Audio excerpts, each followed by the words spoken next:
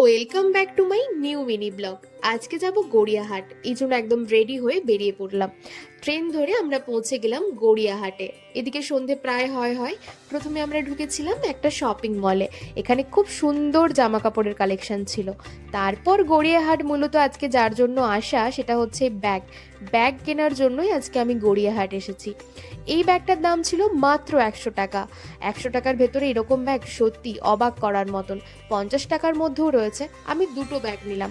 আসলে এখানে যেটা মূল ব্যাপার সেটা হচ্ছে বার্গেনিং করা। যত ভালো বার্গেনিং করা যায় ততই দাম কমে। তারপর আমরা চলে গিয়েছিলাম ক্যাম্পবাড়িতে। এখানে প্রথমে নিয়েছিলাম একটা ফিশ ফ্রাই আর তারপর চিকেন রোল।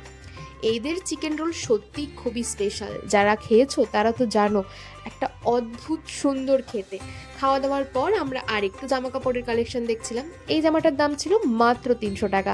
তারপর আরেকটুখানি ঘোরাঘুরি করে দাবা খেলা দেখে বাড়ি চলে এলাম।